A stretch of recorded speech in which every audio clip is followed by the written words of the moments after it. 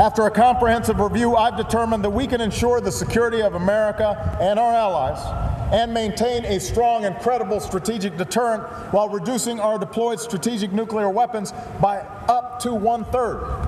And I intend to seek negotiated cuts with Russia to move beyond. Good afternoon and welcome to Opinion Journal. I'm Mary Kissel. That was the president today in Berlin, Germany. We're starting to wonder, are his offers to cut America's defenses inversely proportional to the threats that we face? Global View columnist Bret Stephens is here to talk about that. Bret, what is the thinking behind an offer like this? That's an excellent question, and I don't think it has been addressed satisfactorily by anyone. I mean, we are looking at a world in which nuclear proliferation is happening in North Korea. It's about to be happening in Iran. The president just had this stony meeting with Vladimir Putin in Northern Ireland a couple days ago.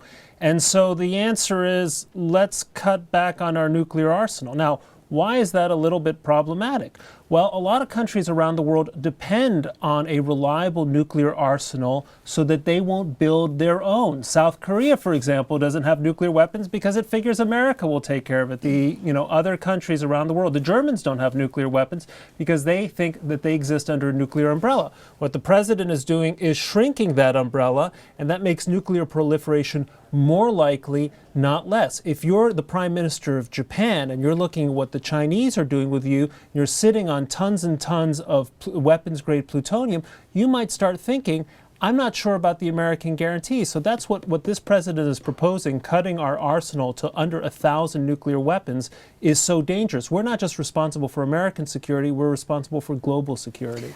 Is this another outreach in reality to Russia and Putin? And has he just comprehensively played this White House? I mean, it's sort of incredible. I mean, because even this White House has concluded that Vladimir Putin is probably not a good guy, not only in terms of what he does with civil rights protesters and dissenters and opposition candidates at home, but, support for guys like Bashar al-Assad. And yet, he continues to invest this incredible amount of faith that there is a deal to be reached with the Russians. The Russians wake up every single morning thinking about how they can get an edge on the United States because this guy, Putin, KGB agent in East Germany back in the 1980s, still hasn't gotten over it. Much like a number of Germans after the First World War thought they'd been stabbed in the back and they wanted to get their chance. One quick point, Mary. The Chinese also have a growing and modernizing nuclear arsenal. So we pretend we live in a bipolar nuclear world. Not the case. The president is also very concerned about climate change. It was a big portion of the speech today.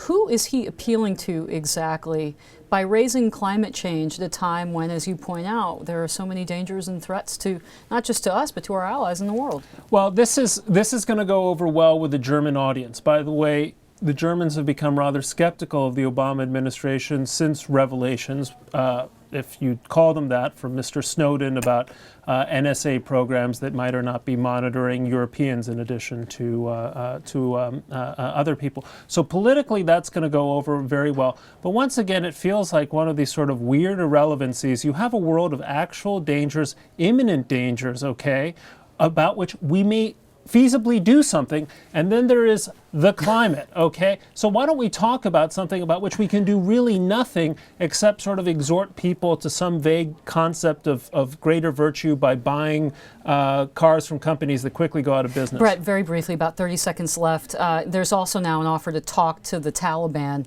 What do you make of that? And is that part of this kind of larger theme of conciliation without any sort of response? Well, and the response was from Hamid Karzai, who is now seriously rethinking whether he wants any kind of security arrangement with the United States, because the Taliban has opened up a mission in Qatar with the Islamic State of Afghanistan, pretending to represent the Afghan people and the Afghan nation, and we're parlaying with them. By the way, the Taliban are still blowing up people in Kabul too. So it's not like they've temporarily laid down the arms to do us the favor of negotiating with us. We are negotiating with people who are actively seeking to kill our soldiers. It makes you wonder which world the president is living in.